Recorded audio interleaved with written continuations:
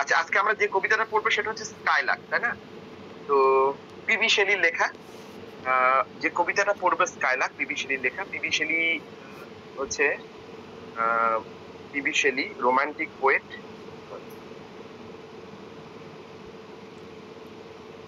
PB Shelley হচ্ছে romantic poet. তো PB শেলির জন্ম আমাদের মনে রাখা ভীষণ জরুরি। 1792 সালে সাসেক্সে জন্ম। সাসেক্স হচ্ছে ইংল্যান্ডের এমন একটা এরিয়া যেখানে প্রাকৃতিকভাবে ভীষণ সমৃদ্ধ জায়গা এবং প্রাকৃতিকভাবে খুব উর্বর জায়গা। তো সেই সাসেক্সে ওনার জন্ম। 1822 সালে মাত্র 30 বছর বয়সে পিবি শেলির মৃত্যু ঘটে। পিবি শেলি তিনি পরবর্তী জীবনটা কাটিয়েছিলেন ইটালিতে এবং তার বেশিরভাগ সৃষ্টি হচ্ছে ইটালিতে থেকেই ওখান থেকে লেখা। তো পিবি শেলি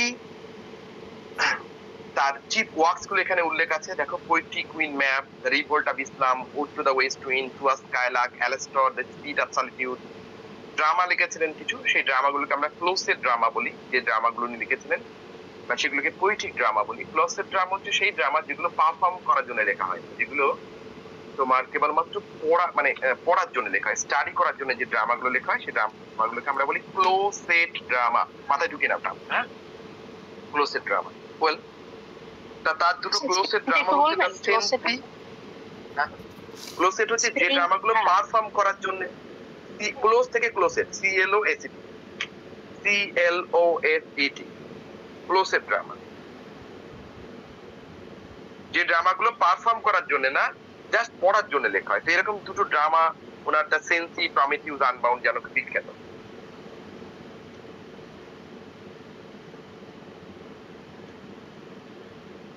পিবি শেলি যে জন্য আরো বিখ্যাত, তার ডিফেন্স অফ পোয়েট্রি, তিনি ক্রিটিকও ছিলেন এবং সেই সঙ্গে সঙ্গে তার আরেকটা লেখা বই দেখো, নেসেসিটি অফ অ্যাথেইজম। তো শেলি দেখো খুব বড় মানে পরিবারের সন্তান ছিলেন। তার বাবা মা খুব বর্ধিষ্ণু পরিবারের সন্তান তিনি। প্রচুর অ্যাসেটস ছিল শেলিদের। শেলি খুব ছোটবেলা থেকে খুব সুন্দর দেখতে ছিলেন এবং প্রচুর মানে ছোটবেলা থেকে খুব সুন্দর কথা বলতেন।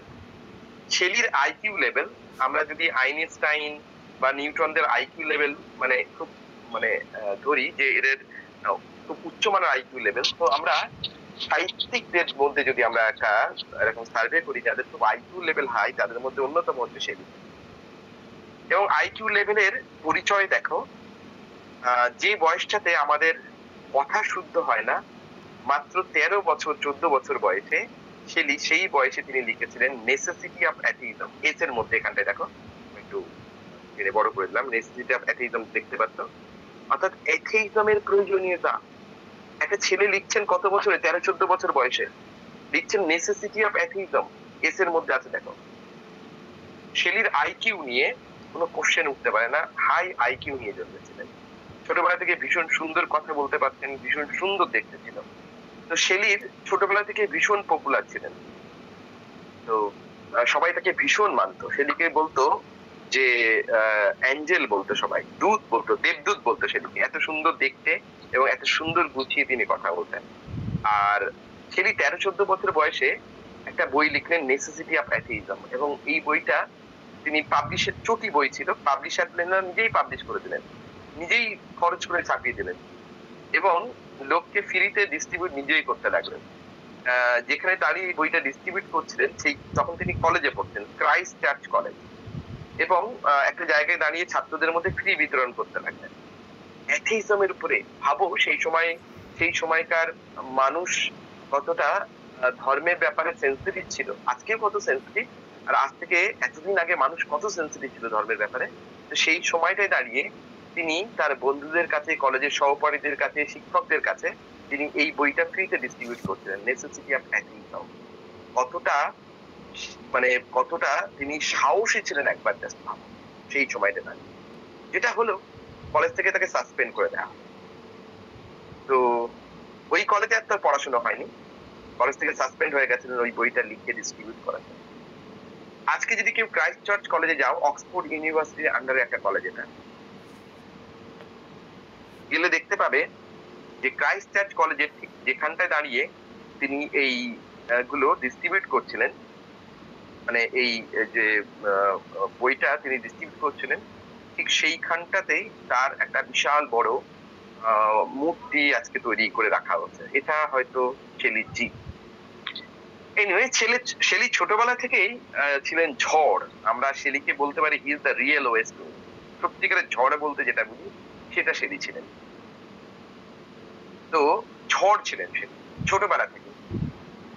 ছোটবেলা থেকেই প্রচন্ড আবেগী ছিলেন শেলি, একদম ঝড়ের মতো। কোনো কিছুকেই তিনি মানতেন না। ঝড়ের সামনে যেমন যা কিছু আসে সব তছনছ করে বেরিয়ে যায়, শেলি তেমনি যেটা মনে করতেন সেটা করতেন, যেটা ভাবতেন সেটা করে ফেলতেন। এবং এটাই তার জীবনে উত্থানের কারণ, আর এটাই তার জীবনের পতনের কারণ। খুব ছোটবেলাতেই ওই অল্প বয়সে অ্যাফেয়ার হেনরিয়েটার সঙ্গে, এবং মনে করলেন তো সঙ্গে সঙ্গেই বিয়ে করে নিলেন। মাত্র 17-18 বছর বয়সেই বিয়ে করে ফেললেন হেনরিয়েটা।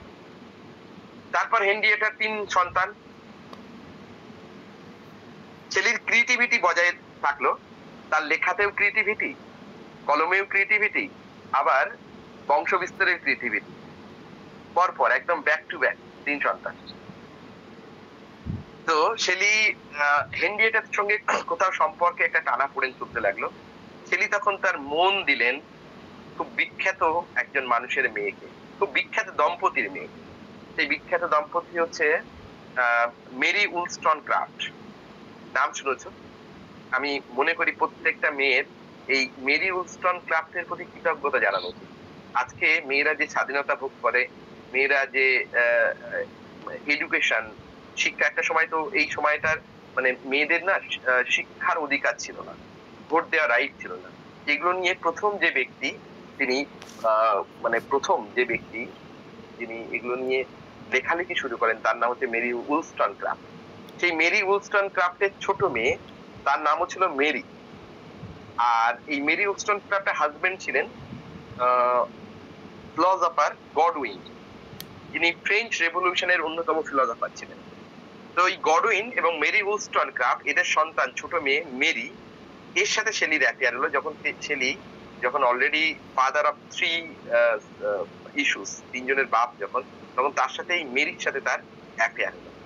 এবং মিস্টার গডউইন তার মেয়েদেরকে বিয়ে দিতেন না, কারণ মিস্টার গডউইনের মধ্যে ইলেকট্রা কমপ্লেক্স ছিল। তোমরা জানো বাবার প্রতি বা মেয়েদের প্রতি বাবার অতিরিক্ত ভালোবাসাকে আমরা ইলেকট্রা কমপ্লেক্সিটি বলি। তো মিস্টার গডউইন ফিলোসফার ছিলেন, কিন্তু পাগলা ফিলোসফার ছিলেন। তিনি তার মেয়েদেরকে বিয়ে দেওয়ার পক্ষপাতে ছিলেন না। মেয়েদেরকে অন্য কোনো ছেলে স্পর্শ করবে এটা তিনি ভাবতেই পারতেন না। তো মেয়েদেরকে বিয়েও দিতেন না, বিয়ে দেবেন না, এরকম একটা ভাব। তো সেক্ষেত্রে ছোট মেয়ে মেরি কি করলো, শেলির সঙ্গে পালিয়ে গেল। বাস, শেলি বড় পরিবারের সন্তান, আর মেরি গডউইন তো ফ্যামিলি, বুঝতে পারতো। অ্যাজ এ রেজাল্ট কি হলো, শেলি এবং আহ শেলি এবং মেরি দুজনেই ইংল্যান্ডে আর থাকা সুরক্ষিত বোধ করলেন না। দুই পরিবার থেকে দুজনকে রাস্টিকেট করে দেওয়া হলো, এবং ইংল্যান্ডে থাকাই তাদের জন্য খুব শক্ত হয়ে গেল। তখন দুজনে পালিয়ে চলে গেলেন ইতালিতে, মানে রোমে চলে গেলেন। রোমে গিয়ে পরবর্তী জীবন কাটালেন, এবং হেনরিয়েটা যে ছিল শেলির ওয়াইফ, সে সুইসাইড করলো। শেলির যে পপুলারিটি সেটা এক ধাক্কায় একদম ডাউনগ্রেড হয়ে গেল। পপুলারিটি মানে এক ধাক্কায় ভীষণ নেমে গেল। তো বাকি জীবনটা তিনি ইটালিতে কাটিয়েছিলেন। ইংল্যান্ডে কাটানোর মতো আর শক্তি, সাহস, সামর্থ্য কোনোটাই ছিল না। তো ইটালিতেও থেকে তিনি ইটালির সৌন্দর্য উপভোগ করেছেন। খুব বেশি দিন তিনি বাঁচতে পারেনি, 30 বছর। সমুদ্রে ডুবে তিনি তার বন্ধু লেঘনকে আনতে গেছিলেন। তার কাছে সবসময় একটা বোট থাকতো, নিজেই চালাতেন, ডন জুয়ান বোটটার নাম। পরবর্তীকালে লর্ড বায়রন সেটা নিয়ে কবিতা লিখেছেন, ডন জুয়ান। তো এই ডন জুয়ান এ চড়েই তিনি তার বন্ধুকে আনতে গেছিলেন। তো সমুদ্রে ডুবে তিনি মারা গেছিলেন। এবং শেলির পকেটে সবসময় একটা বই থাকতো, পেরিক্লিসের একটা বই। তো সেই বইটা থেকে চিহ্নিত করা গেছিল এটা শেলি ছিল। এভাবে প্যাথেটিক মৃত্যু হলো। শেলি জলকে খুব ভালোবাসতেন, আর সেই জলেই তার সমাধি। তো শেলি আমরা যে বৈশিষ্ট্যগুলো তার লেখার মধ্যে পেয়ে থাকি, মানে তিনি তো রোমান্টিক পোয়েট, রোমান্টিসিজমের সমস্ত বৈশিষ্ট্য শেলির মধ্যে আছে। যে বৈশিষ্ট্যগুলো আমরা একটু খুব প্রমিনেন্ট পাই রোমান্টিসিজমের যে বৈশিষ্ট্যগুলোর মধ্যে, সেগুলোর মধ্যে ফার্স্ট আসবে রেভলিউশনারি আইডিয়া। শেলির রেভলিউশনারি আইডিয়ালস, অর্থাৎ শেলি মধ্যে একটা রেভলিউশনারি ছিলেন। রেভলিউশনারি অর্থাৎ প্রতিষ্ঠান বিরোধিতা করা। যেমন ভাবে তিনি ধরো নেসেসিটি অফ অ্যাথিইজম লিখলেন, ইংল্যান্ডের সমস্ত মানুষ খ্রিস্টান, তিনি তাদের বিরুদ্ধচারণ করে, অর্থাৎ একটা রিলিজিয়াস ইনস্টিটিউশন খ্রিস্টান ধর্মের বিরোধিতা করে তিনি লিখলেন নেসেসিটি অফ অ্যাথিইজম। বা এখানে একটা দেখো পোয়েট্রির মধ্যে revolt of Islam, revolt of ইসলামে খ্রিস্টান ধর্মকে তিনি প্রচন্ড অ্যাটাক করেছেন। এভাবে শেলি তার প্রত্যেকটা কবিতায়, গল্পের মধ্যে, যেমন প্রমিথিউস আনবাউন্ডের মধ্যে তিনি এই যে মানে সরি গ্রিক ধর্মের যে ট্র্যাডিশনাল গ্রিক ধর্ম তিনি অ্যাটাক করেছেন। অর্থাৎ তিনি এটাকে বলে আমরা রেভলিউশনারি আইডিয়া, তার মধ্যে এই রেভলিউশনারি ব্যাপারটা খুব প্রখর এবং প্রকট। নাম্বার 2 যদি বলো শেলির বৈশিষ্ট্যের মধ্যে, সেটা হচ্ছে শেলির একটা বৈশিষ্ট্য হচ্ছে, ফার্স্ট বৈশিষ্ট্য বললাম যে রেভলিউশনারি আইডিয়াল। শেলির সেকেন্ড যে বৈশিষ্ট্য সেটা হচ্ছে যেটা পাই না সেটাই চাই সবসময়। যদিও আমাদের রিসেন্টলি গানে বলছেন যেটা না পাওয়ার ছিল সেটা না পাওয়ায় থাক সব ফলে নাকি নষ্ট জীবন, কিন্তু শেলি বলতেন যে যেটা পাইনি সেটাই না। এবং এটা আমরা সবাই চাই, কিন্তু শেলির ক্ষেত্রে এই ব্যাপারটা প্রকট ছিল। বন্ধুত্ব সম্ভাবনা ওই স্ত্রীর সঙ্গে, সেটাই শেলির চাই। তো শেলি এটা বলে লঙ্গিং ফর আনঅ্যাটেইনেবল, শেলির বৈশিষ্ট্য। লঙ্গিং মানে চাওয়া, যেটা অর্জন করা যায় না, যেটা প্রত্যেকটা কবিতা গল্পের মধ্যে দিয়ে তিনি ফুটিয়ে তুলেছেন বা নাটকের মধ্যে। শেলির একজন রোমান্টিসিজমের খুব বড় একটা মানে ফিচার, একটা গ্রেট ফিচার হচ্ছে ইমাজিনেশন বা ইমাজিনেটিভ স্কিল। এটা সমস্ত রোমান্টিক কবির মধ্যে আছে এবং শেলির মধ্যে সেটা হিউজ পরিমাণে আছে, প্রচন্ড পরিমাণে এই ব্যাপারটা আছে, মানে ইমাজিনেটিভ স্কিল। এবং যত ইমেজেস আছে, প্রচুর ইমেজ আছে তার কবিতার মধ্যে, প্রচুর ছবি রয়েছে। ইমেজ মানে যেগুলো কাল্পনিক ছবি আর কি, তার কবিতার মধ্যে প্রচুর ইমাজিনেটিভ স্কিল আছে এবং প্রচুর ইমেজেস আছে। সেই ইমেজ গুলো যত ধরনের ইমেজ তোমরা জানো আর কি, অর্থাৎ visual imagery, tactile imagery, auditory imagery এবং আর যা যা ইমেজারি আছে সবগুলোই শেলির মধ্যে প্রচুর পরিমাণে রয়েছে। নেক্সট শেলির যে বৈশিষ্ট্যটা আমাদেরকে মানে আমাদের চোখে পড়ে সেটা হচ্ছে শেলির ইউজ অফ মিথোলজি, খ্রিস্টান মিথোলজি এবং বিশেষ করে রোমান এবং গ্রিক মিথোলজি, এইগুলো শেলি প্রচন্ড মাত্রায় প্রচুর পরিমাণে ব্যবহার করেন তার কবিতার মধ্যে। লাস্ট যে অনেক বৈশিষ্ট্য আছে শেলির মধ্যে, লাস্ট যে পয়েন্ট আমি বলছি সেটা হচ্ছে এসকেপিজম। শেলি হচ্ছে রোমান্টিকরা সবাই এসকেপিস্ট হচ্ছে ধরো যে জিনিসটা আমাকে কষ্ট দিচ্ছে, যেটা আমাকে তাড়িয়ে বেড়াচ্ছে, যেটা আমাকে হন্ট করছে, সেটা থেকে সুখে যদি থাকতে চাও সেটা থেকে দূরে থাকো। সুখে যদি থাকতে চাও, যদি ভালো থাকতে চাও, যে জিনিসটা তোমায় কষ্ট দিচ্ছে সেটা থেকে দূরে চলো। অর্থাৎ মুভ অন করা, যেটা আমরা বলি সম্পর্কের ক্ষেত্রে, সম্পর্ক ব্রেক হলে আমরা যেন মুভ অন করি বলি, মুভ অন করতে গেলে আমাদের তখন অন্যদিকে মন দিতে হয়, তো যেটা সুখকর সেদিকে মন দিতে হয়। তো শেলি হচ্ছে এরকম এসকেপিস্ট, রোমান্টিকদের মধ্যে এটাকে আমরা বলি এসকেপিজম, স্কেপ করে যাওয়া, রুড রিয়েলিটিকে স্কেপ করে যাওয়া এবং ড্রিম নিয়ে, কোনো স্বপ্ন বা কোনো ভালো জিনিস নিয়ে ভাবা, এগুলো হচ্ছে, এটাকে এসকেপিজম বলি। তো শেলির মধ্যে এসকেপিস্ট ব্যাপারটা প্রচন্ড মাত্রায় আছে। তো এগুলো শেলির মেন বৈশিষ্ট্য। তো আমরা একটু দেখি শেলি আর একটু দেখি এখানটায় টু স্কাইলার্ক নিয়ে মেরি শেলি কি বলছেন এই স্কাইলার্ক কবিতায়। বলছেন মেরি শেলি বা হ্যাঁ, না একটুখানি বলি। হ্যাঁ, শেলির আর একটা বৈশিষ্ট্য হচ্ছে মিথ মেকিং পাওয়ার। শেলির একটা বৈশিষ্ট্য, বড় বৈশিষ্ট্য হচ্ছে myth making power. Myth making পাওয়ারটা হচ্ছে যে ধরো আমরা মিথোলজির যে ঘটনাগুলো, আমরা সবাই জানি মিথোলজির ঘটনাগুলো, তো মিথোলজির ঘটনাগুলো আমাদেরকে নাড়া দেয়। মিথোলজির যে কোনো মিথোলজির যে ঘটনাগুলো, তো মিথোলজির ঘটনাগুলো আমাদের মনের মধ্যে একটা দাগ কেটে আছে, পার্মানেন্ট একটা দাগ কেটে থাকে।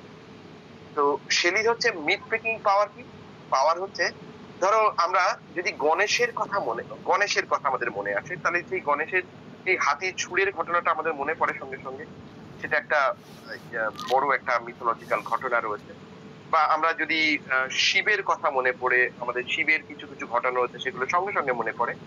তো শেলি যে জিনিসটা নিয়ে লেখেন সেটাকে এমন একটা পর্যায়ে নিয়ে যান, একটা এমন একটা গ্রেড, সেটাকে এমন উচ্চতর, এটাকে আমরা বলি সাবলিমিকালিটি, একটা সাবলাইম পর্যায়ে নিয়ে যান।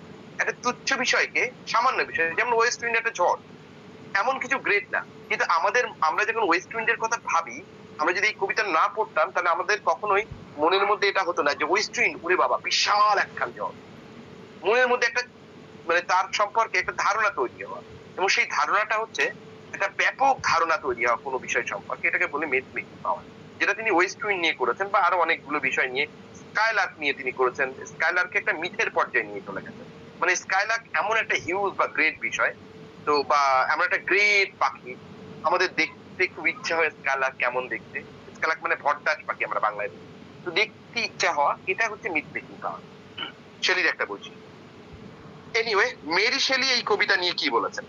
মেরি শেলি বলছেন যে this poem was conceived and written at Leghorn. এটা লেঘর্নে লেখা, এবং লেঘর্নেই তিনি এই স্কাইলার্ক সম্পর্কে ধারণা পেয়েছিলেন। ইন দ্য স্প্রিং অফ 1820, 1820 সালে এটা লেখা, এবং 1820 সালে তিনি এটা নিয়ে ধারণা পেয়েছিলেন। As he was returning from a walk with mister উইলিয়ামসের সঙ্গে তিনি যখন ফিরছিলেন, as he came down the hill, the skylark sprang up. যখন তিনি পাহাড় থেকে নামছিলেন, তখন একটা স্কাইলার্ক হঠাৎ করে লাফালো সাডেনলি ফ্রম দ্য গ্রাস, ঘাসের মধ্যে থেকে, এন্ড সোরিং, এবং স্কাইলার্কটা উপরে উঠতে শুরু করলো। poured out a song of wonderful sweetness, এবং তার গানের মধ্যে এত মিষ্টতা ছিল। Shelley watched the bird, Shelley পাখিটা দেখলেন অ্যাটেন্টিভলি, মনোযোগের সঙ্গে, and said that it had furnished him with the image of the poem, এবং কবি পাখির ছবিটা তার মধ্যে একদম গেঁথে গেছে। ঠিক আছে, এটাই হচ্ছে তাহলে এটা হচ্ছে সোর্স কবিতা, যেটা মেরি শেলি বলেছে। এই কবিতা সম্পর্কে যদি কিছু বেসিক ডিটেলস বা কিছু সিনপসিস যেখানে দেয়া আছে, দেখবে যে লোকেশন লেঘর্নে লেখা, টাইম হচ্ছে স্প্রিং 1820, সঙ্গী ছিলেন এডওয়ার্ড উইলিয়ামস। এই আর হচ্ছে বেসিক কিছু টাইটেল আছে, poet, publish, date of publish, form হচ্ছে ওড। এটা একটু বলি, ওড ফার্স্ট টাইম আমরা ওড পড়তে চলেছি। ওড হচ্ছে একটা প্রশস্তিমূলক, ওড হচ্ছে লিরিকের একটা ভাগ। ঠিক আছে, ব্র্যাকেটে লিরিক পোয়েম লেখা আছে, দেখো লিরিকের একটা ভাগ হচ্ছে ওড। ওডের মধ্যে কি করা হয়? ওডের মধ্যে প্রচন্ড প্রশংসা করা হয়। আগেই বলেছি, ওডের মধ্যে প্রচন্ড প্রশংসা করা হয়। ওড সাধারণত তিন রকমের হয়, গ্রিক ওড বা রেগুলার ওড বা পিন্ডারিক ওড, রোমান ওড বা হোরাসিয়ান ওড, আর ইংলিশ ওড বা কাউলিয়ান ওড বা ইরেগুলার ওড। এটা হচ্ছে রোমান ওড একটা, বা এটা হোরাসিয়ান মেথডে ওড। তো হোরাসিয়ান ওড, গ্রিক ওড যেমন তিনটে স্ট্যান্জা হয়, কিন্তু গ্রিক ওড তিনটে স্ট্যান্জা হয়, স্ট্রফি, অ্যান্টিস্ট্রফি, পট, এই তিনটে স্ট্যান্জা থাকে। কিন্তু রোমান ওড তিনটে স্ট্যান্জা থাকে না, আনলিমিটেড স্ট্যান্জা থাকতে পারে, তিনটেও থাকতে পারে, দুটো থাকতে পারে, 50টা স্ট্যান্জা থাকতে পারে। যেমন এই কবিতায় 21টা স্ট্যান্জা আছে। পরের এতে আছে দেখো, স্ট্রাকচার 21, 5 লাইন স্ট্যান্জাস। হ্যাঁ, তো 21টা স্ট্যান্জা আছে, আর প্রত্যেকটা স্ট্যান্জায় 5টা করে লাইন আছে। এটাকে আমরা বলি 5 লাইনের স্ট্যান্জাকে আমরা বলি কুইনটেইন। হ্যাঁ, কুইনটেইন ব্র্যাকেটে লেখা আছে, দেখো। তো এটা ওড।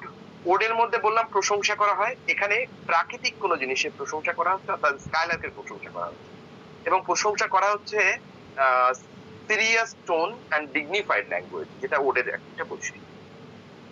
রাইম স্কিম আছে প্রত্যেকটা স্ট্যান্জা, 21টা স্ট্যান্জা, প্রত্যেকটা rhyme scheme same, AB ABB, এই রাইম স্কিম আছে। মিটার খুব ইম্পর্টেন্ট এখানে, mix of trochaic, trimeter and hexameter, অর্থাৎ প্রত্যেকটা লাইন হচ্ছে ট্রকিক, ট্রাইমিটার, অর্থাৎ ট্রাইমিটারে লেখা, 3টে করে মিটার আছে, মানে 6টা, 3 2 6টা করে সিলেবেল আছে প্রত্যেকটা লাইনে, ট্রকিক, ট্রাইমিটার। আর হেক্সামিটার, লাস্ট লাইনটা বেশ বড়, লাস্ট লাইনটাতে আছে হেক্সামিটার। হেক্সামিটার মানে হচ্ছে মানে iambic penta, iambic iambic hexameter, একে বলে আলেকজান্দ্রাইন। অর্থাৎ প্রত্যেকটা লাইনের শেষে, আমরা কবিতাটা দেখলেই বুঝতে পারবে, প্রত্যেকটা লাইনের শেষে বড় একটা লাইন আছে, যেটা হচ্ছে 12 সিলেবেলের এবং আয়াম্বিকে আছে। তো মিটারটা এখানে আরেকবার দেখো দেয়া আছে, 1 থেকে 4 লাইন হচ্ছে ট্রকেইক, এটা আয়াম্বিক লেখা আছে, এটা ভুল আছে। হ্যাঁ, ট্রকেইক আছে। ট্রকে, আর লাইন নাম্বার 5 হচ্ছে আয়াম্বিক হেক্সামিটার মানে আলেকজান্দ্রাইন। প্রথম 4 লাইনে আছে 3টে করে মিটার, অর্থাৎ ট্রকেইক ট্রাইমিটার, অর্থাৎ প্রত্যেকটা লাইনে 6টা করে সিলেবেল, আর শেষ লাইনে আছে 12টা সিলেবেল। শেষের 5 নম্বর লাইনটা সবসময় বড়, মানে হেক্সামিটারে লেখা। The longer line, final line gives each stanza a soaring, expansive feeling, just like Shelley's Skylark flight. Skylark যেমন উড়ে যায় অনেক দূরে, তো লাস্ট লাইনটা এই যে বড় লাইন, এটার ইন্ডিকেশন হচ্ছে the flight of the skylark. কবিতার থিম কি কি? Nature and the sublime, inspiration and creativity, joy and sorrow, the limits of human knowledge, এগুলোই বেসিক্যালি থিম। এখানে কি কি ইমেজ আছে একটু পড়ে নিও, আমি আর এর মধ্যে যাচ্ছি না। রেটরিক্যাল কিছু লাইন আছে, লাইন রেটরিক গুলো মেনশন করে দেওয়া হয়েছে, আর কিছু এখানে ইমেজ গুলো দেওয়া হয়েছে, ঠিক আছে। এটার ওয়ান লাইনারটা আমি দিয়ে দিচ্ছি। এবার আমরা কবিতায় চলে আসি।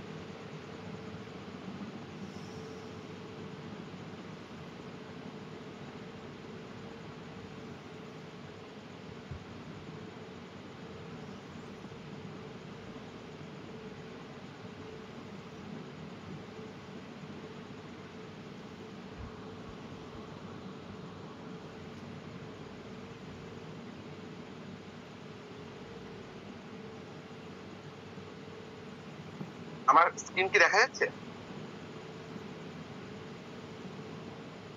হ্যাঁ স্যার, দেখতে পাচ্ছি।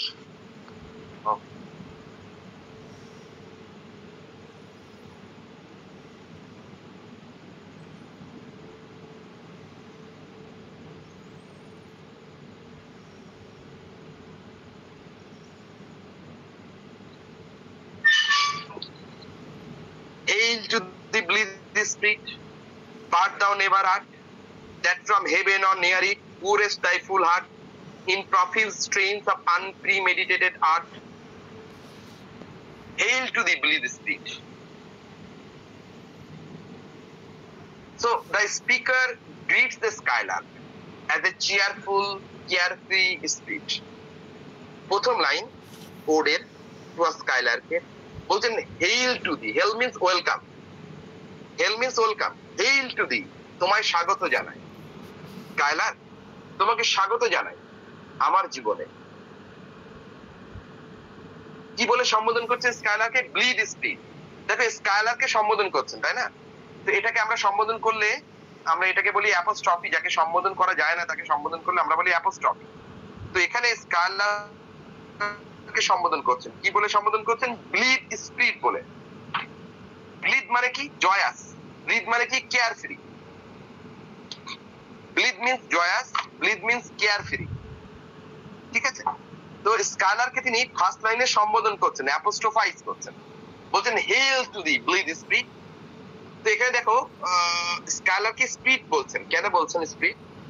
আমরা স্কাইলারকে তো একটা শরীর আছে, রক্ত মাংসে গড়া শরীর, কিন্তু স্কাইলারকে তিনি দেখতে পান, পাখিটাকে দেখতে পাইনি, তার আওয়াজটা তিনি শুনেছিলেন। এটার জন্য স্কাইলারকে বলছেন যে স্পিড। স্কাইলারকে স্পিড বলছেন আরেকটা কারণে, সেটা হচ্ছে স্কাইলারকে তিনি প্রশংসা করবেন। ওড লিখছেন। এখন রক্তে মাংস গড়া কোনো জিনিসের মধ্যে অনেক ডেফিসিয়েন্সি থাকে না, অনেক ঘাটতি থাকে। আমরা যেরকম রক্তে মাংসে গড়া, আমাদের শরীর আছে মানে শরীর খারাপ হয়। আমাদের নাক আছে, তাহলে নাক দিয়ে একটু ঠান্ডা লাগলে নাক দিয়ে কিছু ঝরে যায়। আমাদের কান আছে মানে কানে খোল জন্মায়। আমরা আমাদের মুখ আছে, মুখ দিয়ে যেমন আমরা মিষ্টি কথা বলতে পারি, আবার মুখ দিয়ে গালাগালিও দিতে পারি। তো আমাদের শরীর আছে মানে শরীরে অনেক নেগেটিভিটি আছে। যার শরীর নেই তার মধ্যে নেগেটিভিটি নেই। এখানে স্কাইলারকে তিনি স্পিরিট রূপে দেখছেন। স্পিরিট মানে যার মধ্যে কোনো নেগেটিভিটি নেই, যার মধ্যে only and only positive aspects রয়েছে, ঠিক আছে। এই জন্য স্কাইলারকে তিনি বলছেন স্পিরিট, এবং স্কাইলারকে বলছেন যে ব্লিড স্পিরিট, জয়াস। জয়াস কেন বলছেন? Because the Skylark was singing a melodious song while shoring upward. তিনি স্কাইলার্ক যখন উপরে উঠছিল তখন একটা জয়াস গান গাইছিল, তাই তিনি স্কাইলারকে বলছেন যে ব্লিড স্পিরিট। এবং এই জন্য স্কাইলারকে তিনি স্বাগত জানাচ্ছেন তার জীবনে। হেল টু দি। নেক্সট লাইন বলছে বাট দাও নেভার আর্ট। দেখো WERT, এই যে আর্ট, আর্ট হচ্ছে এটা আর্কেইক ওয়ার্ড। আর্কেইক মানে পুরনো শব্দ, অপ্রচলিত শব্দ, আমরা বলি আর্কেইক ওয়ার্ড। এই ডাব্লিউ আর্ট আর্ট মানে আর্ট। বলছেন যে bird down never art. So he declares that it is not merely a bird, it is more like a spirit or essence. বলতে চাইছেন যে তিনি এখানে ঘোষণা করছেন বার্ড দাও নেভার আর্ট, তুমি পাখি নও, বা তুমি কেবল পাখি নও, you are more than a bird, means you are a spirit. আগেই বলেছেন you are more than a bird, you are a spirit, you are an essence that from heaven or near it. বলছেন that from heaven or near it, অর্থাৎ তিনি বলতে চাইছেন যে পাখিটা হয় স্বর্গ থেকে বা স্বর্গের কাছে কোথা থেকে, হয় স্বর্গ থেকে বা স্বর্গের কাছে কোথা থেকে। লাইনটি ইনকমপ্লিট আছে, পরের লাইনে পরে গিয়ে কমপ্লিট হবে। পুয়ারেস্ট দাই ফুল হার্ট, পুয়ারেস্ট দাই ফুল হার্ট। তারপরের লাইনটা বলি, তারপরে এই দুটো লাইনে আসে। In profuse strains of unpremeditated art. দেখো এখান থেকে পিছন থেকে শুরু করি লাইনটা, হ্যাঁ। আনপ্রিমেডিটেটেড আর্ট, আর্ট তার আগে যে অ্যাডজেক্টিভ ইউজ করা হচ্ছে আনপ্রিমেডিটেটেড। তো মেডিটেটেড মিন্স উইথ এফর্ট। কিন্তু পাখিটা গান করছে, পাখির যে আর্ট, আর্ট মানে এখানে মিউজিক, পাখির গানটা হচ্ছে কবির মনে হয়েছে it's not meditated art. Meditated art কোনগুলো? আমরা ছোটবেলা থেকেই সা রে গা মা পা শিখে তারপর গান শুরু করছি, মানে তারপর গান করছি, বা আমরা গান করতে গেলে আমাদের গলা ঠিক করতে হয় বা অনেক কিছু ঠিকঠাক করতে হয়, অনেকদিন প্র্যাকটিস করতে হয়, তারপরে স্টেজে সুযোগ পাই। তো সেটা হচ্ছে মেডিটেটেড আর্ট। আর পাখির গানটা খুব স্বতঃস্ফূর্ত, এই জন্য পাখির গানটাকে বলছে আনপ্রিমেডিটেটেড আর্ট। পাখির গানটাকে বলছে আনপ্রিমেডিটেড মানে স্পন্টেনিয়াস। তো বলছেন যে ইস ইন প্রফিউজ স্ট্রেনস, স্ট্রেনস মানে music, song, profuse means plentiful. তো পাখি যে গান করছে সেটা প্লেন্টিফুল, প্রচুর গান করছে, আর সেই গানগুলো হচ্ছে আনপ্রিমেডিটেটেড, স্পন্টেনিয়াস, স্বতঃস্ফূর্ত। সেই গানটা শুনে মনে হচ্ছে না যে পাখিটা খুব কষ্ট করে গান করছে, পাখির গলা ব্যথা হচ্ছে। পাখিটা the skylark sings naturally and skylark sings abundantly, প্রচুর গান করছে, without any planning. Its song flows effortlessly like divine art. যেভাবে ডিভাইন আর্ট গুলো এফর্টলেস হয়, পাখির গানটা এফর্টলেস। এই জন্য বলছে যে পুরেস্ট ডাই ফুল হার্ট, পাখিটা ফুল হার্ট। হার্ট মানে হৃদয়, এখানে হার্ট মানে হচ্ছে memory. Just think of memory. পাখিটা এই গানটা মেমোরাইজ করেছে, পুয়ারেস্ট, পুয়ার মানে ভরা। পাখিটা এই গানটা তার মেমোরি, স্মৃতিগুলো, মানে গানের কথাগুলো, লাইনগুলো কোথা থেকে ভরে নিয়ে এসছে। আগের লাইনে চলে যাও, that from heaven or near it, স্বর্গ থেকে এই গানের লাইনগুলো নিয়ে এসছে নিশ্চয়ই, বা স্বর্গের কাছাকাছি, স্বর্গের মতো কোনো জায়গা থেকে পাখিটা এই গানের লাইনগুলো বা গানটা সেখান থেকে নিশ্চয়ই নিয়ে এসছে। নাহলে পাখির গানটা কি করে আনপ্রিমেডিটেটেড হয়, পাখির গানটা কি করে স্পন্টেনিয়াস হয়, পাখির গানটা কি করে ডিভাইন হতে পারে? Either the bird has brought the music from heaven or near the heaven. So poet বলছেন the bird seems to descend from or belong to the divine realm. এই পাখিটা ন্যাচারাল ওয়ার্ল্ডলি বার্ড নয়, এটা কোনো divine realm থেকে এসছে, কোনো স্বর্গ রাজ্য থেকে পাখিটা এসছে।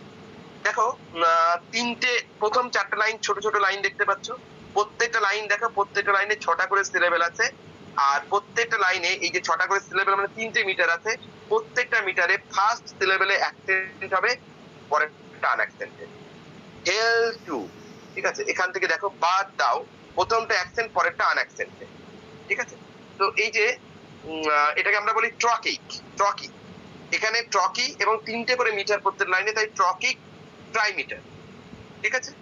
লাস্ট লাইনটা দেখো বেশ বড়, প্রত্যেকটা স্ট্যান্ডার লাস্ট লাইন বেশ বড়। এই লাস্ট লাইনগুলোকে আমরা বলি, এই লাস্ট লাইন বড়, এটা হচ্ছে হেক্সামিটার, মানে 6টা মিটার আছে, এই জন্য হেক্সামিটার, মানে 12টা সিলেবেল আছে। আর প্রত্যেকটা লাইন, লাস্ট লাইনটা হচ্ছে আয়াম্বিক হেক্সামিটার। আর আয়াম্বিক হেক্সামিটার আরেকটা নাম হচ্ছে আলেকজান্দ্রাইন। বলো এই অবধি কারোর কোনো কোথাও কোশ্চেন আছে কিনা বলো, এরপর লাইনগুলো আমরা দ্রুত বলবো, বলে ফেলো।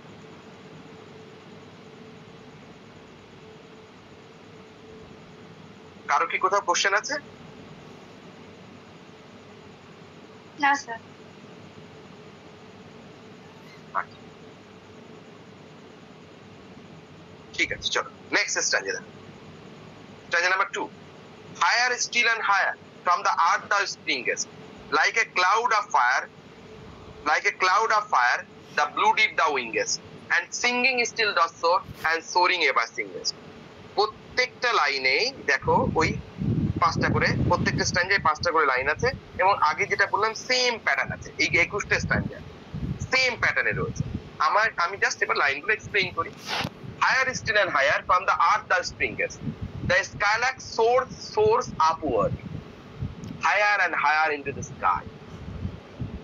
Skylark higher still and higher, দেখো কম্পারেটিভ ডিগ্রি ইউজ করা হয়েছে। কনটেক্সচুয়ালি একটা কথা বলি, একটুখানি জল খাই একটুখানি, জাস্ট আস্তে খাই।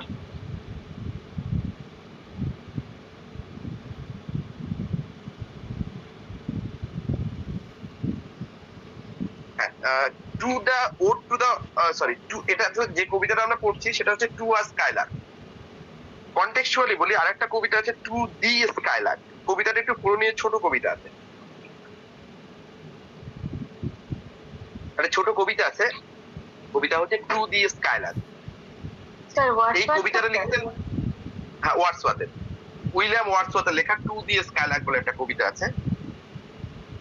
ওই কবিতাতে ওয়ার্ডসওয়ার্থ স্কাইলার্কেরই বর্ণনা দিয়েছেন, কিন্তু এই বর্ণনা থেকে ওই বর্ণনা একদম ডিফারেন্ট।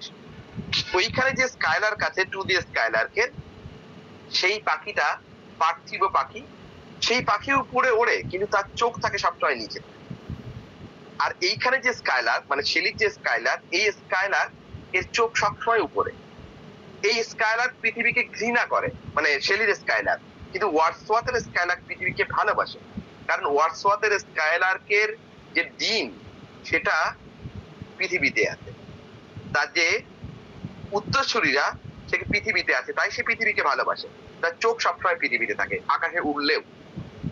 স্কাইলার্ক পাখি উঠতে খুব ভালোবাসে, এটা সত্য। শেলি ওয়ার্ডসওয়ার্থের স্কাইলার্ক ওড়ে উপরে ওড়ে, কিন্তু তার চোখ থাকে নিচের দিকে, পৃথিবীর দিকে, মাটির দিকে। ওই স্কাইলার্ক হচ্ছে বাস্তবসম্মত পাখি, আর ওটা যে to the skylark, that is not an ode, but this is an ode, and that is why this skylark is not a bird of flesh and blood. This skylark is rather a spirit, and this skylark hates the world, hates the modern era. কারণ এই যে হেট করার মধ্যে দিয়ে এসকেপিজম, দেখো এসকেপিজম বলছিলাম, escape করে যাওয়া ওয়ার্ল্ডকে, টাইমকে এসকেপ করে যাওয়া, বাস্তবকে এসকেপ করে যাওয়া, এটা রোমান্টিকদের একটা বড় বৈশিষ্ট্য, বিশেষ করে শেলি। হায়ার স্টিল আর হায়ার কম্পারেটিভ ডিগ্রি ইউজ করেছে বললাম, অর্থাৎ দ্য স্কাইলার্ক বলছে যে সোর মানে ওড়ে আপওয়ার্ড, উপরের দিকে উড়ে যাচ্ছে বেশি বেশি করে।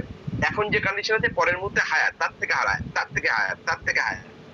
তো এখানে still higher, still and higher, আরো উঁচুতে আরো উঁচুতে, ওর উপরে ওঠার যেন কোনো সীমা নেই। তো এটা উপরে ওঠার কোনো সীমা নেই। অর্থাৎ এই যে উপরে কেন উঠতে চাইছে, because he hates the world. From the earth দাও স্প্রিংগেস্ট, এবং পৃথিবী থেকে যখন তুমি উপরে ওঠো তখন কি করো, স্প্রিংগেস্ট, স্প্রিং মানে হচ্ছে লাফানো, লাফিয়ে তুমি উপরে ওঠো। লাফায় কেন? কারণ পৃথিবীকে ঘৃণা করে, তাই পৃথিবীতে এক মুহূর্তে স্কাইলার্ক থাকতে চায় না। যে স্কাইলার্ক স্প্রিংগেস্ট, লাফিয়ে তুমি উপরে ওঠো এবং তারপর উঠতে থাকো, তো উঠতে থাকো, তো উঠতে থাকো, তো উঠতেই থাকো। ফার্স্ট সিমিলি এই কবিতায়, like a cloud of fire, like a cloud of fire, like simile use করেছেন। কি বলছেন? Like a cloud of fire. So it's flight, the flight of the skylark, perhaps the brightness of the sun around it are compared to the fiery cloud. ঠিক আছে? অর্থাৎ like a cloud of fire, দেখো fire coloured cloud, fire cloudy fire মানে কি, fire coloured cloud, তার সঙ্গে স্কাইলার্কের তুলনা করা হচ্ছে। আকাশে যখন সিঁদুর রঙের মেঘ দেখি, যখন লাল রঙের মেঘ দেখি, টকটকে লাল রঙের মেঘ, সেই মেঘগুলো দেখবে আকাশের এক প্রান্ত থেকে অন্য প্রান্তে খুব দ্রুত গতিতে এগিয়ে যাচ্ছে। সিঁদুর রঙের মেঘগুলো, সাদা রঙের মেঘগুলো অনেক ক্ষেত্রে স্টেবল থাকে। সিঁদুর রঙের মেঘ যখন আকাশে দেখতে পাই, সেই মেঘগুলো কিন্তু আকাশের এক প্রান্ত থেকে অন্য প্রান্তে দ্রুত গতিতে এগিয়ে চলে। তো এখানে আকাশের সূর্যের আলো পড়ছে স্কাইলার্কের উপরে, স্কাইলার্ক উপরে উঠছে। কবি স্কাইলার্কে আকাশের এক প্রান্ত থেকে অন্য প্রান্তে দ্রুত গতিতে যাওয়া, এটার সঙ্গে ফায়ার কালার ক্লাউড, লাল রঙের মেঘের সঙ্গে এর একটা তুলনা টেনেছে নাকি। So skylark which is moving towards the sky is like a fire colored cloud, আগুন রঙের মেঘের মতো। কিসের জন্য তুলনা করছেন? একটা হচ্ছে কালারের কারণে তুলনা করতে পারেন, কারণ স্কাইলার্ক উপরে যাচ্ছেন, তার গায়ে সূর্যের আলো এসে পড়ছে, তাকে ওই ফায়ার কালার ক্লাউডের মতো হতে পারে, অথবা স্কাইলার্কের মুভমেন্টের সঙ্গে এখানে ফায়ার ক্লাউডের মুভমেন্টেরও তুলনা করে থাকতে পারে। The blue deep the wingest, the bird flies through the deep blue sky. Blue deep মানে ডিপ ব্লু স্কাই, গভীর নীল আকাশ। The bird flies moves through the deep blue sky. Wingest মানে উইং এর আর্কেইক ফর্ম উইংগেস্ট, অর্থাৎ তুমি ডানা মেলে ওড়ো আকাশের দিকে এবং নীল আকাশ ভেদ করে তুমি উপরে চলো। And singing still does soar, and soaring ever singeth. As the skylark flies, it keeps singing, and as it sings, it keeps flying. অর্থাৎ এই পাখির মধ্যে একটা ডুয়াল পাওয়ার আছে। এই গাইতে গাইতে উপরে ওঠে, উপরে উঠতে উঠতে গান করে। Flight and song are continuous for the bird. আমরা দেখো দুটো কাজ একসাথে করতে পারি না, but the skylark can fly and sing and fly. The skylark still does soar. Soar মানে হচ্ছে উপরে ওঠা, উপরে ওড়া। তো স্কাইলার্ক সিঙ্গিং ও করতে পারে, আবার সোরিং ও করতে পারে। দেখো এটাকে কিয়াসমাস বলি। and soaring ever singeth, লাইনটা রিফ্লেকশন হয়েছে একই লাইনের মধ্যে, ফার্স্ট পার্টটা সেকেন্ড পার্টে রিফ্লেকশন হয়েছে, মিররিক রিফ্লেকশন হয়েছে। এরকম লাইনের মিররিক রিফ্লেকশন হলে আমরা বলি কিয়াসমাস। মিররিক রিফ্লেকশন হলে যদি একই লাইনের মধ্যে লাইনটা যদি উল্টে যায়, যে singing still the soar and soaring ever singest, উল্টে গেছে, এটাকে আমরা বলি কিয়াসমাস। যদি কারোর অসুবিধায় বলো, আমি চট করে আবার পরের স্ট্যান্ডায় চলে যাব। স্যার কিয়াসমাস স্পেলিংটা একটু। CHIASMUS।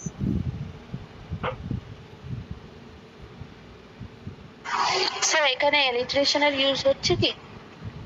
হ্যাঁ হ্যাঁ, অ্যালিটারেশনের ইউজ হচ্ছে কি? অ্যালিটারেশনটা ঠিক হচ্ছে না। সিঙ্গিং আর অ্যালিটারেশনের কথা আর বলো না, কারণ প্রচুর তো প্রত্যেকটা লাইনে রেট্রিক আছে। প্রত্যেকটা রেট্রিক আমি বলবো না এইভাবে, আর প্রত্যেকটা রেট্রিক বলবো না। কেন বলবো না? প্রত্যেকটা লাইনে 4-5টা রেট্রিক আছে, এই জন্য রেট্রিক বলতে বলতে টাইম শেষ হয়ে যাবে, এই জন্য রেট্রিক বলবো। আর সিঙ্গিং আর স্টিল, এখানে পাশাপাশি দুটো ওয়ার্ড, এটা খুব একটা মাইনর অ্যালিটারেশন, মানে বলার মতো ঠিক উল্লেখযোগ্য নয়।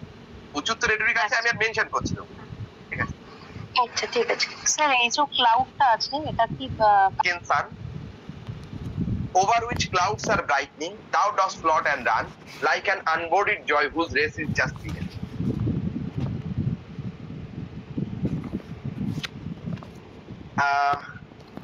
In the golden lightning of the sunken sun, এই যে সানকেন সান, এটা নিয়ে প্রচন্ড বিতর্ক রয়েছে।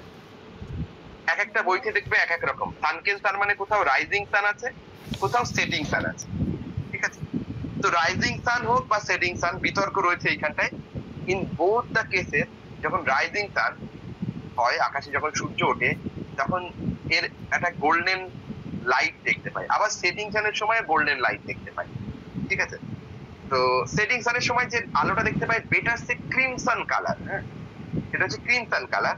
আর সকালের যে আলোটা দেখতে পাই, সেটা হচ্ছে গোল্ডেন লাইট। এই জন্য কনফিউশনটা, যে গোল্ডেন লাইটনিং বলছে, অ্যাকচুয়ালি সানকেন সানের সময় ক্রিমসন কালার দেখতে পাই, আকাশের রং একটু লাল টকটকে। আর গোল্ডেন লাইটনিংটা অ্যাকচুয়ালি রাইজিং সানের সময়। এই জন্য সানকেন সান দুটো মিনিং হয়, রাইজিং সান হয়, সেটিং সান হয়। এবার কোনটা এখানে নেবে সেটা নিয়ে এক একটা বইতে এক এক রকম আছে, কোশ্চেন অনুযায়ী আমাদের এখানে আনসার করতে। ঠিক আছে, in the golden lightning of the sunken sun, so when the sun rises, যখন সূর্য ওঠে তখন, বা যখন সূর্য ডোবে, দুটো ক্ষেত্রে আমি মিনিং বলছি। when the sun rises বা when the sun sets, its golden light illuminates the sky, তার যে সোনালী আলো কি হয়, পুরো আকাশ আলোকিত হয়ে যায়। in the golden lightning of the sunken sun, সূর্য যখন ওঠে পুরো আকাশ আলোকিত হয়ে যায় সোনালী আলোয়, বা সূর্য যখন ডোবে তখন আকাশ আলোকিত হয়ে যায় সোনালী আলোয়। দুটো ক্ষেত্রেই meaningful. Next, over which clouds are brightening. Over which clouds are brightening, তো তখন আকাশে যদি মেঘ থাকে, সেটিং সান হোক বা রাইজিং সান হোক, তখন আকাশে যদি মেঘ থাকে তো ক্লাউডস গুলো কি করে, reflect glow with the golden rays. হ্যাঁ, over which the clouds are brightening, মানে এই আলোয়, সকালে সূর্যের আলো হোক বা সন্ধ্যেবেলা সূর্যের আলো হোক, সেই আলোয় ক্লাউড গুলো কি হয়, ব্রাইট হয়ে যায়, উজ্জ্বল বর্ণ ধারণ করে। Thou dost float and run. The skylark appears to float or move sweetly in the glowing atmosphere. Skylark কি করে, thou dost float and run, তুমি ফ্লট ভেসে থাকো এবং তুমি উপরের দিকে রান করতে থাকো, দৌড়াতে থাকো। কখন, এই সময়টা। The skylark appears to float or move swiftly in the glowing atmosphere. এরকম একটা সুন্দর পরিবেশে, কিরকম পরিবেশ, ওই যে গোল্ডেন লাইটনিং, এবং যে গোল্ডেন লাইটনিং এ আকাশের মেঘগুলো গোল্ডেন কালার ধারণ করে, সেই সময়টাতে তুমি ভেসে থাকো আকাশে, এবং সেই সময়টাতে তুমি you run at that point of time. অর্থাৎ স্কাইলার্ক যেখানে অবস্থান করে, উচ্চ আকাশ, সেই উচ্চ আকাশের পরিবেশটাও স্কাইলার্কের মতো সুন্দর, অর্থাৎ সুন্দর একটা পরিবেশে স্কাইলার্ক বসবাস করে, এটাই বলতে চাইছে। Next, like an unbodied joy whose race is just began. আবার একটা কম্পারিজন বলতে এখানে সিমিলি ইউজ করা হচ্ছে, লাইক অ্যান আনবডিড জয়। দেখো লাইনটা বেশ বড়, অর্থাৎ alexandrine line. Like an unbodied joy whose race is just began. আরেকটা কারণ এটাকে রাইজিং সান বলা, সেটা হচ্ছে whose race is just began, তার যাত্রাটা শুরু হচ্ছে। দেখো এই লাইনটার এই যে সানকেলসানটা কনফিউশন অনেকগুলো জায়গায়। স্কাইলারকে তিনি যখন দেখেছিলেন তখন কিন্তু বিকেল ছিল, ঠিক আছে, বিকেল ছিল। আবার এই যে জাস্ট রেস বিগ্যান, তার যাত্রা সবে শুরু হয়েছে। এই যাত্রা শুরু বলতে আমরা দিনের যাত্রা শুরু হয় সকাল থেকে, এই জন্য সানকেলসান মানে রাইজিং সান বলছেন। অনেকগুলো কারণ আছে, এইদিকে ওদিকে দুই দিকে অনেক কথার অনেকই সাপোর্ট রয়েছে দুই দিকে। Like an unbodied joy whose race is just began. So the bird is like a pure joy, free from any physical body, just beginning its ecstatic flight. অর্থাৎ পাখিটা যেন একটা, পাখিটা হচ্ছে অ্যাবস্ট্রাক্ট জিনিস। The bird is abstract, the bird is a spirit. আর পাখির থেকে যে গানটা আমরা পাচ্ছি, যে মিউজিকটা আমরা পেয়ে আমরা আনন্দে আত্মহারা হয়ে যাচ্ছি, সেই আনন্দটা হচ্ছে আনবডিড জয়।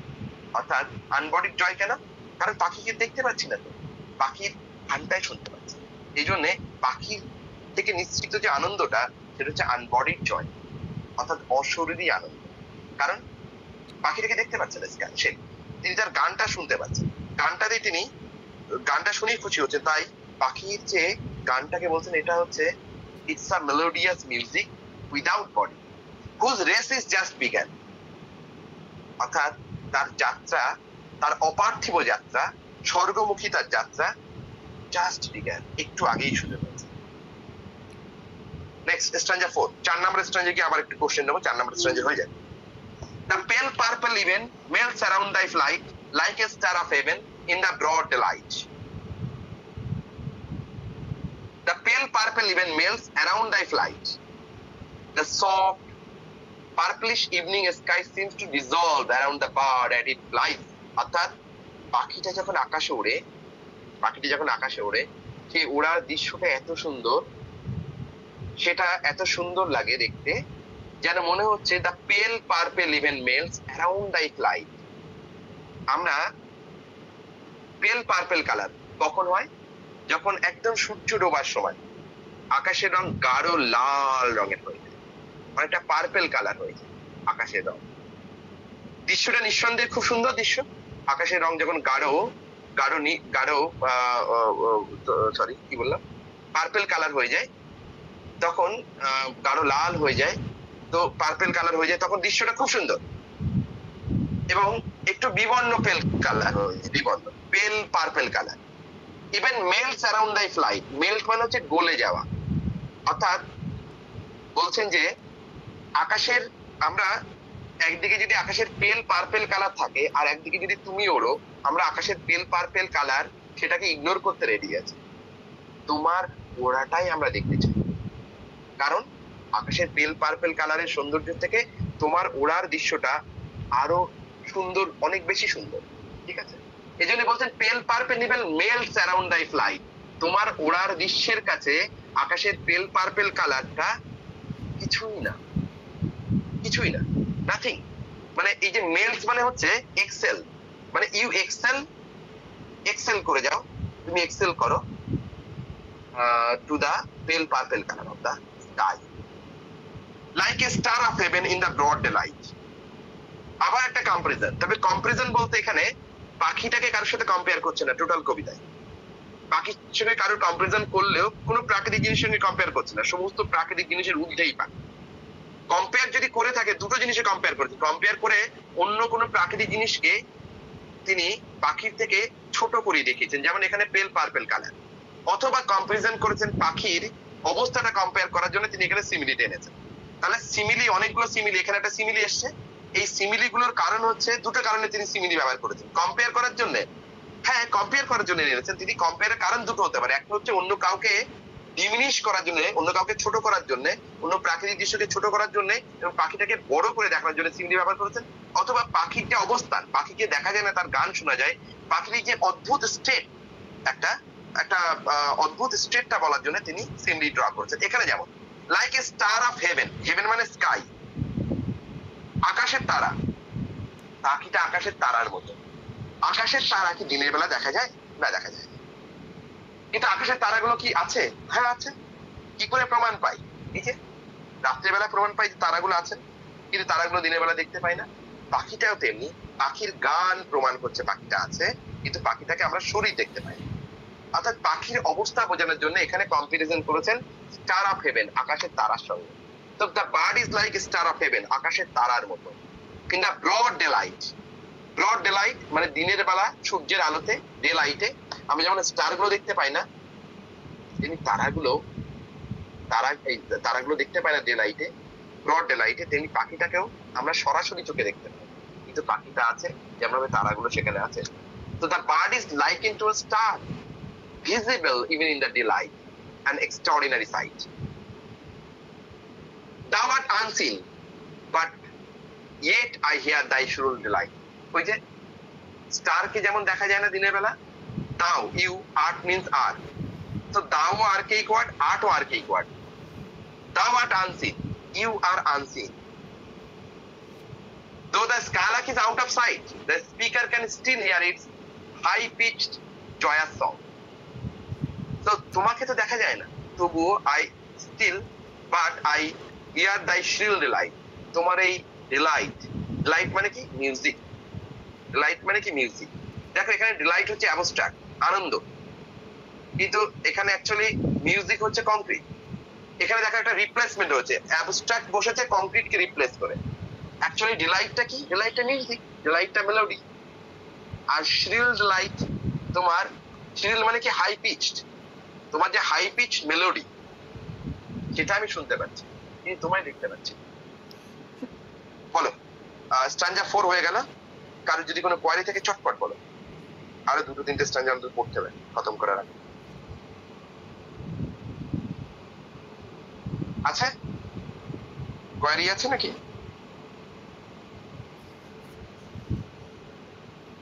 হ্যালো, শুনতে পাচ্ছ আমার কথা? এটুকু বলো। হ্যালো, হ্যাঁ স্যার, শোনা যাচ্ছে। ওকে, শোনা যাচ্ছে, ঠিক আছে। কারো কোনো কোশ্চেন নেই আশা করি। স্ট্যাঞ্জা হচ্ছে এবার 5। Keen as are the arrows of that silver spear, whose intense lamp narrows in the white dawn clear. Until we hardly see, we feel that it is there. The bird song এখানে as, দেখো লাইকের মতো এখানে as দিয়ে compare করেছে, as দিয়ে comparison করেছে। তবে এখানে কম্পারিজনটা পাখির স্টেট বোঝানোর জন্য নয়, না, এখানে স্টেট বোঝানোর জন্য কম্পারিজন করা হয়েছে। Keen as are the arrows, simile ব্যবহার করা হচ্ছে এখানে। পাখির গানটা কেমন? অ্যারোজ এর মতো, অ্যারোজ তীরের মতো পাখির গান। Keen as are the arrows, তীর যেমন তীক্ষ্ণ হয়, তীর যেমন তীক্ষ্ণ হয়, পাখির গানটাও তীক্ষ্ণ। তীর যেমন আমাদের গায়ে বিঁধে যায়, আমরা তার অস্তিত্ব অনুভব করি, পাখির গানটাও আমাদের কানে তার অস্তিত্ব জাহির করছে, পাখির অস্তিত্ব জাহির করছে।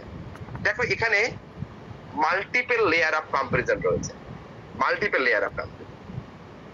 আবার তীরটা কার মতো? কোথাও এটাকে ভেনাস বলছে, হ্যাঁ। তো হ্যাঁ, keen as are the arrows of that silver spear. So the bird's song is as sharp as clear as the moonbeams. এখানে অ্যারো তাহলে কিসের অ্যারো? তীর ধনুর অ্যারো না, অ্যারো, হ্যাঁ সেই অ্যারো, কিন্তু আবার তার সঙ্গে তুলনা করছেন মানে জ্যোৎস্নার তুলনা করছেন, moonlight. keen as are the arrows of the silver spear. Silver spear means sun, moonlight. Silver spear এটা দেখো পেরিফ্রেসিস, সিলভার স্পিয়ার মানে হচ্ছে মুন, মুনটাকে ঘুরিয়ে বলছে এটা সিলভার স্পিয়ার, তো এটাকে আমরা বলি পেরিফ্রেসিস। তো এখানে চাঁদের থেকে যে তীর বার হয় মানে জ্যোৎস্না, মুনলাইট, সেই চাঁদের আলোর মতো তীব্র তীক্ষ্ণ। কার তুলনা করছে? পাখির গানের তুলনা। So bird song is as sharp and clear as the moonbeams. চাঁদের আলোগুলো যেমন তীক্ষ্ণ এবং তীব্র হয়, তীক্ষ্ণ হয়, ক্লিয়ার হয়, শার্প হয়। দেখো সূর্যের আলোর সঙ্গে চাঁদের আলোর একটা পার্থক্য রয়েছে। সূর্যের আলো কিন্তু মেঘ ভেদ করে আসতে পারে না, কিন্তু চাঁদের আলো কিন্তু মেঘ ভেদ করে আসতে পারে। এবং যখন মেঘের মধ্যে দিয়ে চাঁদের আলো পড়ে, তখন চাঁদের আলোগুলো খুব স্পষ্ট ভাবে তার রশ্মিগুলোকেও যেন গুনে নেওয়া যায়, খুব স্পষ্ট ভাবে। তো এখানে এই জন্য বলছি যে চাঁদের আলোর মধ্যে যে ক্লারিটি থাকে, যে শার্পনেস থাকে, ঠিক একই রকম ভাবে চাঁদের আলোর মধ্যে বিউটিফুল, শার্প এন্ড ক্লিয়ার তোমার ওই কিন voice. whose intense lamp narrows in the white dawn clear. চাঁদের আলো, হ্যাঁ ওই স্পিয়ার মানে চাঁদ বা চাঁদের আলো, ইন্টেন্স ল্যাম্প ন্যারোস, চাঁদের আলো আস্তে আস্তে কি হয়, তার ইন্টেন্স ল্যাম্প, তার তীব্র আলোটা কি হয়, ন্যারো হয়ে যায়, গায়েব হয়ে যায়। কখন? In the white dawn clear, যখন সকালবেলা ডন হয়, সূর্য ওঠে। So the moon's light fades as the dawn approaches, যখন ডন আসে তখন চাঁদের আলো কি ভ্যানিশ হয়ে যায়। তাহলে কি চাঁদ নেই আকাশে? আছে, লুকিয়ে আছে, সূর্যের আলোয় দেখা যাচ্ছে না। তেমনি পাখি দেখা যাচ্ছে না, পাখির গান শোনা যাচ্ছে, মানে পাখিটা আছে।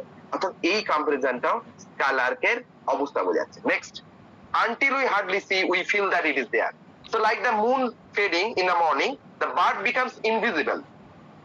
যেমন ভাবে সকালবেলা সূর্যের আলোতে মুন যেমন ভাবে ইনভিজিবল হয়ে যায়, তেমনি bird invisible, but its presence is felt through its song.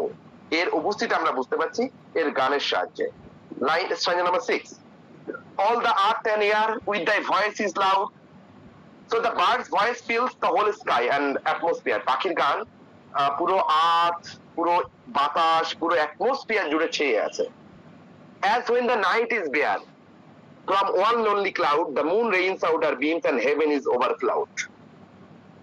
যখন আকাশ, when night is bare, একটা ইমেজারির কথা বলছে এখানে, একটা ইমেজারি, এখানে প্রচুর ইমেজারি আছে এবং ইমেজ এবং সেই সঙ্গে সঙ্গে অ্যাজ আছে, মানে এটা সিমিলি রয়েছে। দেখো রাত্রিবেলা যখন আকাশে একটা দুটো মেঘ দেখা যায় এবং চাঁদের আলো দেখবে, তখন মেঘ তখন চাঁদের আলোকে অবস্ট্রাগল করতে পারে না, আরো মেঘ ভেদ করে চাঁদের আলো পৃথিবীর বুকে চাঁদের আলোগুলো ছুটে চলে আসে। এবং তখন চাঁদের আলোগুলো, রশ্মিগুলো ভালো করে খেয়াল করে দেখবে, চাঁদের আলোগুলো তখন খুব স্পষ্ট ভাবে ক্লিয়ারলি আমাদের কাছে পরিস্ফুটিত হয়। ঠিক আছে, তো এরকম ওই দৃশ্যটার কথা বলছে যে পাখির গানটা কত সুন্দর, কত সুন্দর। যখন মেঘের মধ্যে দিয়ে চাঁদের আলো আসে, খুব সুন্দর একটা দৃশ্য তৈরি হয় এবং মনে হয় যেন সৌন্দর্য, মানে জ্যোৎস্না ভেসে বেড়াচ্ছে পৃথিবীতে, ওভারফ্লোড হয়ে গেছে। তেমনি পাখির গানটা পৃথিবীতে ওভারফ্লো হয়ে গেছে। As when the night is bare, যখন রাত্রি, আকাশ যখন মেঘমুক্ত, হ্যাঁ একেবারে মুক্ত নয়, from one lonely cloud, একটা মেঘ থেকে the moon rains out her beam, চাঁদ যখন rains out her beam, যখন তার রশ্মি ছড়ায়। এখানে দেখো রশ্মি কিসের মতো ছড়ায়, বৃষ্টির ধারার মতো। the moon rains out, ভার্বটা ইউজ করেছে রেন, এটা হচ্ছে সাইনেস্থেসিয়া বলি আমরা। রেন বৃষ্টির ধারা ঝরা, এখানে চাঁদের আলোর ধারা যখন ঝরে পড়ে, অর্থাৎ দুটোর মধ্যে কোথাও একটা কম্পারিজন ড্র করা হচ্ছে। দ্য হেভেন ইজ ওভারফ্লোড, অর্থাৎ যখন একটা মেঘ থেকে আকাশে মেঘ মুক্ত থাকে, তখন মেঘের মধ্য দিয়ে যেমন চাঁদের আলো ঝরে পড়ে এবং পুরো আকাশ সেই চাঁদের আলোয় মনে হয় ওভারফ্লো করছে, তেমনি পাখির গানের আওয়াজ পুরো পৃথিবী, পুরো আকাশ বাতাস সর্বত্র ছড়িয়ে পড়েছে, কারণ অনেক উপর থেকে পাখিটা গান করছে এবং সর্বত্র যেন ওভারফ্লো হচ্ছে। তো when the moonlight shines so brightly that it floods the sky, just like the skylark song fills the world. আচ্ছা, আর দুটো স্ট্যান্ডে পড়বো, তারপর কোশ্চেন নেবো। হ্যাঁ, what thou art we know not, what is most like thee? The speaker admits humans don't know what the skylark truly is, what is even similar to it. অর্থাৎ কবি স্বীকার করছেন যে পাখি, এই পাখিটা, this bird is mysterious bird. হ্যাঁ, this bird, sorry, poet বলছেন this bird is mysterious bird and we do not know much about this bird. We do not have any idea about this bird because this bird is not a bird of flesh and blood. This bird is rather a spirit. So তাই কবি জিজ্ঞাসা করছেন what thou art, কে তুমি, we know not, আমরা জানি না। মানে কে তুমি বিস্ময় প্রকাশ করছেন, কে তুমি আমরা জানি না, এত সুন্দর কি করে তুমি গাও আমরা জানি না। হোয়াট ইজ মোস্ট লাইকলি, কার সাথে তোমার কম্পেয়ার করি। অ্যাকচুয়ালি পাখির সঙ্গে কারো কম্পেয়ার করা যায় না, এটা বলতে চাইছেন, কোশ্চেন করছেন যে পাখির সাথে, তোমার সাথে কার কম্পেয়ার করি। What is even similar to you, পৃথিবীতে এমন কি আছে যে তোমার মতো, সিমিলার তোমার মতো, যার সাথে তোমার তুলনা করতে পারি। অ্যাকচুয়ালি আনসার হচ্ছে পারি না কোনো কিছুর সঙ্গে। তো এটা হচ্ছে রেটরিক্যাল ইন্টারোগেশন, কারণ কোশ্চেনের মধ্যে আনসারটা লুকিয়ে আছে। From rainbow clouds there flow not drops so bright to see. Even rainbow colored cloud is not as brilliant as a bird song. Rainbow colored cloud, actually এবার সায়েন্স কে ফলো করে না। সায়েন্স কি বলছে, রেইনবো কেন হয়, আকাশে ওই যে জলগুলো, সরি, ওই বৃষ্টির যে ফোঁটাগুলো একত্র জমে একটা প্রিজম সৃষ্টি করে, আর প্রিজমের মধ্যে দিয়ে যখন সূর্যের আলো ভেদ করে, তখন আকাশের উল্টো দিকে, যেদিকে সূর্য থাকে তার উল্টো দিকে একটা রেইনবো কালার, 7 রঙের একটা পর্দা মতো দেখতে পাই। এখন আগেকার দিনে তো এটা তো তখন তো জানা যায়নি, অনেক আগে, অতীতে তো এটা সম্পর্কে আমাদের আইডিয়া ছিল না যে রেইনবো কি করে হয়। তখন মানুষজন ভাবতো যে ওই জায়গার মেঘের রং বোধহয় ওই লাল, নীল, বেগুনি, সবুজ বোধহয় এরকমই রং। তো তখনকার মানুষের ভাবনা কি ছিল যে ওই মেঘগুলো যেখানে রেইনবো সৃষ্টি হচ্ছে, ওই মেঘগুলো যদি পৃথিবীতে বৃষ্টি আকারে পড়ে, সেই বৃষ্টির রং কেমন হবে, কোনোটা সবুজ, কোনোটা হলুদ, কোনোটা গোলাপি, বিভিন্ন রঙের হবে। সেই দৃশ্যটা কেমন হবে একবার ভাবো, আকাশ থেকে টুপটাপ করে কি পড়ছে, টুপটাপ করে সাদা জল পড়ছে না, টুপটাপ করে লাল, নীল, সবুজ, বেগুনি জল পড়ছে, কি অসাধারণ একটা দৃশ্য হবে। কবি বলছেন এত সুন্দর দৃশ্য থেকেও স্কাইলার্কের গান অনেক বেশি সুন্দর, অনেক বেশি মিষ্টি। কি বলছেন, from rainbow clouds there flow not, অর্থাৎ রেইনবো কালার ক্লাউড থেকেও ঝরে না এত সুন্দর বৃষ্টি। তো drops of bright to see, এত ব্রাইট বৃষ্টি আমরা রেইনবো কালার ক্লাউড থেকেও দেখিনি। অ্যাজ ফ্রম দাই প্রেজেন্স, তোমার উপস্থিতিতে showers the rain of melody, যেভাবে মেলোডির বৃষ্টির ধারা, তোমার উপস্থিতিতে যেভাবে সুরের ধারা ঝরছে, এটাও সাইনেস্থেসিয়া, হ্যাঁ, সুরের ধারা ঝরছে পৃথিবীতে, তেমনি রেইনবো কালার ক্লাউড থেকে এত সুন্দর ধারা পৃথিবীতে ঝরে না।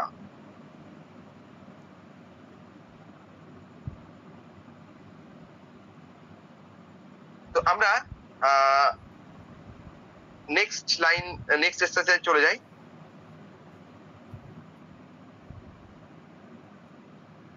Like a poet hidden in the light of thought, singing hymns unbidden till the world is wrought, to sympathy with hopes and fears it heeded not. So Skylark is like a poet. স্কাইলার্কের সঙ্গে এখানে কবির তুলনা করা হচ্ছে, অর্থাৎ Shelley তার নিজেদের গোত্রের সঙ্গে তুলনা করছেন। But Skylark is like a poet lost in deep and beautiful thoughts. যেভাবে স্কাইলার্ক হচ্ছে একজন কবির মতো, একজন, এটা দেখো স্কাইলার্কের অবস্থা বোঝানোর জন্য বলছে। স্কাইলার্ক কি দেখা যায় না, কিন্তু স্কাইলার্কের গান শোনা যায়, কবি সাহিত্যিকদেরও দেখা যায়। তোমরা এই যে যত হিন্দি গান শোনো, হিন্দি যে গানগুলো শোনো, এই হিন্দি গানগুলো অনেক মানুষ, গ্রামের মানুষ মনে করে এটা শাহরুখ খানের গান, এটা সালমান খানের গান, এটা আমির খানের গান, এটা ঋত্বিক রোশনের গান, কিন্তু গানগুলো অ্যাকচুয়ালি কার, যারা লিখেছে, সেই লিরিসিস্টদের। তো লিরিসিস্টদের আমরা নাম কজন মনে রাখি? আমরা যে গানে আমরা শাহরুখ খানদের মনে রাখি, তার থেকে হয়তো একটু কম মনে রাখলে আমরা গায়কদের মনে রাখি। যিনি লিখেছেন কজন লিরিসিস্টের নাম আমরা বলতে পারবোই না প্রায়। অর্থাৎ লিরিসিস্ট বা এই যে পোয়েট, যারা কবি, এরাই তো লিরিসিস্ট। এরা প্রচারের অন্তরালে থাকে, আর যারা লিপ সিং করছে তারাই সামনের সারিতে থাকে, তাদেরকে আমরা চিনি। কবিরাও এরকম ভাবে, কবিরা কবিদের বলা হয়, শেক্সপিয়ার বলে গেছে, poets and pigs are not